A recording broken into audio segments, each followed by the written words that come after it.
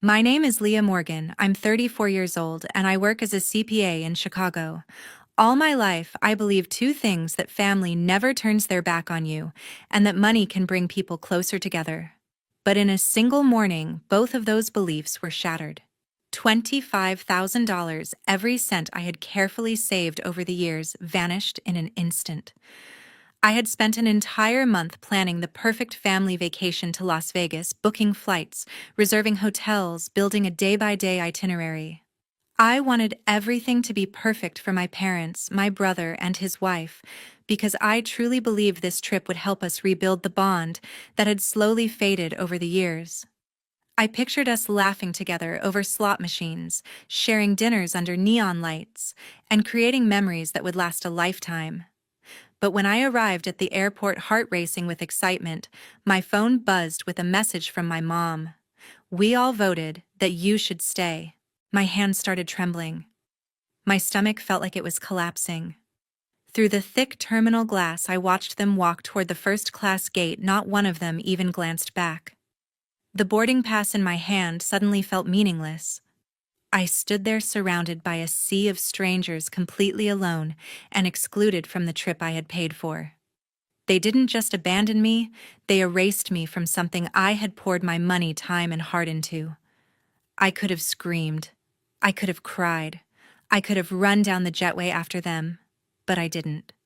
Instead, I pulled out my phone, opened my banking app, and started planning something new, something that would make them regret ever sending that message. 1 week later, their lives began to crumble piece by piece, and I was just getting started. Before we continue, leave a comment telling me what time it is and which city you're watching from. I truly want to know how far this story has reached. 6 weeks before the chaos, my desk was buried in budgets. As a CPA, I'm used to taming numbers, but planning a family trip to Las Vegas felt like wrestling a storm. I booked 5 round-trip tickets, reserved 2 suites at Caesar's Palace, and covered every cost. $25,000 drained from my savings. Late nights became routine, my laptop glowing as I cross-checked flight schedules, hotel rates, and restaurant bookings. I called the airline twice to confirm seats, haggled with the hotel for a group discount, and even prepaid for airport transfers. My mom, Joyce, rang almost daily, her voice bright with talk of family bonding. But every call pivoted to my brother Owen, her pride in his car sales job spilling over. "He's been working so hard," she'd say then. "Push for extras, a Grand Canyon helicopter tour for $3,000, a Cirque du Soleil show for $2,000 more." I wired the money, my throat tight, each transfer feeling like a small betrayal of my own budget. Owen had a history of empty promises, like the $10,000 he borrowed from me 2 years ago for a used Mustang. I still remember him leaning against my kitchen counter, flashing that salesman smile. "I'll pay you back next month," he said. 2 years later, my account was still waiting. He'd borrowed smaller amounts before: $500 for a phone repair, $200 for a suit, always with a grin and no follow-through. I didn't push, holding on to the dream of this trip healing our fractured family. My dad, Mark, stayed on the sidelines, offering vague nods when Joyce demanded a spa package for $1,500. I added it to the tab, my savings dwindling faster than I could track. One evening, Marissa, Owen's wife, sent a text. "First-class seats would make this trip unforgettable. Don't you think we deserve it?" I stared at my laptop, my savings account flashing red. I wanted to say no, but visions of us laughing over slot machines kept me typing. "Okay." I upgraded the tickets, another $2,000 gone. Joyce called the next morning, gushing about Owen's latest sales bonus, how he'd charmed a big client. "He's always been the charismatic one," she said. I swallowed my irritation, remembering how she'd paid for his college textbooks while I worked part-time to cover mine. Mark texted that afternoon, a rare message. "Thanks for handling this." His words felt hollow, especially when Joyce followed up with an email requesting a private dining room at the hotel. "Owen's family needs space to relax," she wrote. I wired $500. My fingers trembling as I clicked send. At work, I mentioned the trip to a colleague, Sarah, who raised an eyebrow. "You're paying for everyone?" she asked. I nodded, brushing off her concern, but her words lingered. Marissa called one night, her voice sugary but firm, suggesting a luxury rental car for the group. "It's only a few hundred more," she said. I agreed, though my budget screamed. I cut back on my own expenses, skipping coffee runs, canceling a gym membership to make it work. Joyce sent another email asking for VIP lounge access at the airport for $700. I added it, my chest heavy with the weight of their expectations. I kept planning booking a dinner show, a poolside cabana, even a guided tour of the Strip. Every request felt like a test of my loyalty, and I kept passing it, driven by the hope of a family reunited. But late at night, staring at my dwindling balance, I couldn't shake the feeling that I was carrying this alone. 6 hours before my world turned upside down, I wheeled my carry-on through O'Hare International in Chicago, my boarding pass tucked in my pocket. 6 weeks of planning every flight, hotel suite, and tour to Las Vegas, paid from my savings, had me practically vibrating with excitement. I pictured us boarding together, swapping stories over drinks, maybe even recapturing the closeness we'd lost. I arrived early, double-checking our group's tickets at the counter. A clerk named Emma scanned my ID, her smile warm as she confirmed my seat to Las Vegas. I texted Joyce, letting her know I was at gate C-17 ready to meet them. No response came, but I shrugged it off, assuming they were stuck at security. I lingered near the gate, scanning the crowd for familiar faces, my heart light with hope. My phone buzzed as I adjusted my bag. A text from Joyce flashed across the screen. "We all voted that you should stay." My breath caught, my fingers frozen over the words. I read it again, my hands trembling, certain it was a typo. I scrolled through our group chat, searching for a follow-up, an apology, anything but. It was just that one cold sentence. I called Joyce, my pulse hammering. "What does this mean?" I asked, my voice cracking. "You're too controlling." My mother snapped, her tone sharp as glass. "We decided it's better without you." I pressed for an explanation, but she cut me off, saying they were boarding. The line went dead. I stumbled to the gate's glass window, my legs unsteady. There they were, Joyce, Mark, Owen, and Marissa, handing their tickets to the agent, headed for first-class seats I'd paid for. Joyce's scarf fluttered as she walked, Owen's leather jacket glinted under the lights, Marissa's designer purse swung at her side. A second text arrived from Owen. "You make things complicated. This is our plan now." Complicated. I'd spent $25,000 on their vacation. I watched them stride down the jetway, not one glance back, my chest tightening with every step they took. I dialed Joyce again, my fingers shaking. "How could you do this?" I pleaded. "We just need a break from your micromanaging," my mother said, her voice dripping with dismissal. She hung up before I could respond. I called Owen next, my heart pounding. "Stop making a scene," he barked, his tone laced with arrogance. "You're not part of this anymore." I begged for a reason, but he scoffed, a sharp cutting sound, and ended the call. Marissa ignored my text. Mark, as always, stayed silent. I sank onto a bench by the gate. My boarding pass crumpled in my fist, the airport's noise fading to a dull hum. Alone, I replayed their words, each one a knife twisting deeper.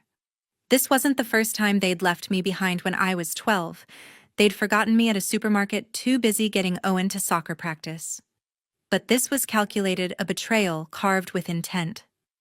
I'd poured my savings, my energy, my heart into this trip, only for them to erase me. My anger surged, mingling with a raw, aching hurt. I stared at their texts, the words searing into me, and felt a shift inside. I wasn't going to beg or break. I was done being their afterthought. Back in my Chicago apartment, the silence of my living room felt heavier than the airport's hum. I opened my banking app, still reeling from the morning's betrayal, and scrolled through my account. My heart sank. New charges from Las Vegas, $3,000 at a casino, $1,500 at a steakhouse, another $1,000 at a luxury spa. My credit card, the one I'd given Joyce for emergencies, was bleeding. I called the bank, my voice tight. and a rep named Clara confirmed the charges were made today, linked to my family's hotel. I stared at the numbers, my anger flaring. They'd left me behind, and now they were spending my money like it was theirs. My phone rang, shattering the quiet. It was my Aunt Gloria, her voice low and urgent. "Leah, there's something you need to know," she said. She revealed that Joyce and Mark had inherited $750,000 from my grandparents' estate years ago, money they'd kept secret. Most of it went to Owen, paying off his debts, covering his mortgage, even funding his wedding. "They always put him first," Gloria said, her tone bitter. I gripped the phone, my mind racing. The betrayal cut deeper, knowing they'd hidden a fortune while I bankrolled their vacation. I thanked Gloria, my voice barely steady, and hung up, the weight of her words settling in. A knock at the door pulled me from my thoughts. My friend Kate Walsh stood there, her eyes soft with concern. I poured out the story, the airport, the texts, the charges. Kate listened, her hand on mine, and urged me to stop letting them walk over me. "You're stronger than this," she said, her voice firm. "Don't let them break you." Her words sparked something in me, a flicker of resolve amid the hurt. We sat on my couch, her presence a quiet anchor, and I felt a shift. I wasn't alone in this fight. As Kate left, memories flooded back. Years ago, I'd paid Owen's rent $2,000 when he was between jobs, only for him to buy a new TV the next week. I'd covered Joyce's electric bills, $800 over months, when she claimed they were struggling. Each time I'd swallowed my frustration, hoping it would earn their loyalty, but it never did. Those moments, stark and vivid, mirrored today's betrayal. I'd been their safety net, and they'd cut me loose without a thought. My phone buzzed again, my cousin Sean calling from across town. "I heard what happened," he said, his voice sharp with anger. "They can't keep doing this to you." He pushed me to act, to demand what was mine, maybe even talk to a lawyer. "You've given enough," he said. "It's time to fight back." His words echoed Kate's, fueling the fire in my chest. I hung up, staring at my empty apartment, the sting of their actions sharper than ever. I wasn't just hurt, I was ready to make them face me. The next morning, I opened my laptop with a coffee in hand. My apartment was quiet, but my mind was a storm of resolve. I pulled up every receipt from the Las Vegas trip: 5 round-trip tickets costing $8,000, 2 hotel suites at $10,000, a helicopter tour for $3,000, and a Cirque du Soleil show for $2,000. I dug through my email, finding Owen's message from 2 years ago, promising to repay the $10,000 he borrowed for his Mustang. My fingers trembled as I organized the files, each one a reminder of how much I'd given. I cross-checked bank statements, noting the charges they'd racked up in Las Vegas casino bets, lavish dinners, spa treatments. My anger surged, but I channeled it into focus, saving screenshots of every transaction. This wasn't just about money, it was about reclaiming my dignity. I called a lawyer named Rachel Bennett, recommended by a colleague. Her voice was calm, professional, as I explained the trip, the betrayal, and the unauthorized charges. I wanted a formal agreement demanding $35,000, $10,000 for Owen's debt, $25,000 for the trip, and extra charges. Rachel outlined the process, suggesting a demand letter to start. We spent an hour refining details, calculating interest on Owen's loan, and documenting my payments. I felt a surge of confidence, knowing I was building a case. By noon, she emailed a draft agreement, clear and airtight, ready to send to my family. I opened my email and typed a message to Joyce, Mark, and Owen. My words were sharp, listing every expense: $8,000 for flights, $10,000 for rooms, $3,000 for the casino, $1,500 for the steakhouse, and Owen's unpaid $10,000. I attached receipts, bank statements, and his old email, laying out the evidence in cold, hard numbers. My hands shook as I typed, but I kept my tone firm, professional. They'd taken enough from me, and I wasn't begging anymore. I reread the email, ensuring every detail was correct, then hit send, my heart pounding with a mix of fear and defiance. In the email, I made my stance clear: pay the $35,000 within 30 days, or I'd pursue legal action. I stated I'd no longer fund their lifestyle, no more loans, no more favors. For the first time, I set a boundary, cutting through years of their manipulation. The words felt like armor shielding me from their dismissals. I imagined Joyce's face reading it, Owen's smug grin fading, Mark's usual silence broken. The thought of them facing consequences sparked a sense of freedom I hadn't felt in years. I saved a copy of the email, knowing it was a line drawn in the sand. Sean stopped by that afternoon, a stack of legal documents in hand. He'd offered to review the lawyer's draft, his experience with contracts proving invaluable. We sat at my kitchen table, poring over every clause. He caught a small error in the repayment timeline, suggesting a tighter deadline to pressure them. "This is solid," he said, his voice steady. "You're doing the right thing." His support grounded me, turning my resolve into steel. As he left, I felt a clarity I'd never had before. They'd underestimated me, but I was ready to fight. 3 days later, my inbox was flooded with messages. I sat in my Chicago apartment, the glow of my phone revealing a notification from Facebook. Owen had posted a long rant calling me greedy and selfish, accusing me of tearing the family apart over money. He claimed I'd always been jealous of his success, twisting my demand for repayment into a personal attack. My stomach churned as I read the comments, distant cousins and family friends piling on, unaware of the truth. I wanted to scream, to reply with every receipt and email, but I held back, my hands shaking. Instead, I scrolled through his post again, noting how he'd conveniently left out the $10,000 he owed me, the trip I'd funded. My anger burned, but I knew reacting impulsively would weaken my case. A letter arrived that afternoon, slipped under my door. It was from Joyce, her handwriting neat, but her words dripping with guilt. "You're breaking our family," my mother wrote, claiming my legal threats were selfish, that I should forgive for the sake of unity. She mentioned her sacrifices, how she'd raised me through tough times, as if that erased her betrayal. I read it twice, my jaw tight, feeling the familiar tug of guilt she always wielded. But this time, I didn't waver. I tossed the letter on the counter, my resolve hardening. Her words were a tactic, not an apology, and I wasn't falling for it again. I called my lawyer, Rachel Bennett, to draft a second legal letter.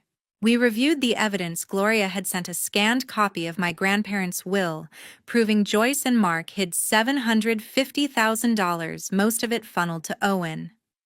I added this to the letter, demanding they acknowledge the inheritance alongside the $35,000. My tone was sharp, unyielding, listing every expense they'd ignored: flights, hotels, casino charges. Rachel polished the draft, ensuring it was legally sound, and I emailed it to Joyce, Mark, and Owen, attaching the will. My heart raced as I hit send, but it was a good kind of fear, the kind that comes with standing your ground. That evening, my doorbell rang. Through the security camera, I saw Mark standing on my porch, his face drawn, asking to talk. "We can fix this," my father said, his voice muffled through the speaker. I stayed behind the locked door, my finger hovering over the intercom. "There's nothing to discuss," I replied, my voice steady. He pleaded, mentioning family loyalty, but I cut him off, refusing to let him in. Watching him walk away, shoulders slumped, I felt a pang of sadness but no regret. I'd spent years opening my door to them, only to be used. That ended now. Kate arrived the next morning, her laptop ready. She'd seen Owen's post and urged me to save it before he deleted it. We sat at my dining table, her fingers flying as she showed me how to screenshot every comment, every share, archiving them as evidence for my lawyer. "This could help in court," Kate said, her voice calm but firm. Her help felt like a lifeline, grounding me in the chaos. As we saved the files, I realized I wasn't just fighting for money, I was fighting for the truth. My family's lies wouldn't define me anymore. 2 weeks later, a bank alert lit up my phone. My lawyer, Rachel, called to confirm the news. Joyce, Mark, and Owen had agreed to pay $35,000 through a legal mediation session. The money hit my account that morning, a transfer split into 3 payments covering the trip, the casino charges, and Owen's old debt. I stared at the balance, my chest loosening for the first time in months. It wasn't about the money anymore. It was about accountability. Rachel said they'd sign the agreement under pressure, knowing my evidence, the receipts, the will was ironclad. I thanked her, my voice steady, but I felt no urge to celebrate. They'd paid, but the trust they'd shattered couldn't be bought back. I saved the confirmation email, a quiet reminder of the line I'd drawn.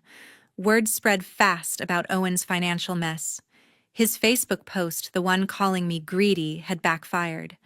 A local news blog picked it up, exposing his unpaid debts and lavish spending.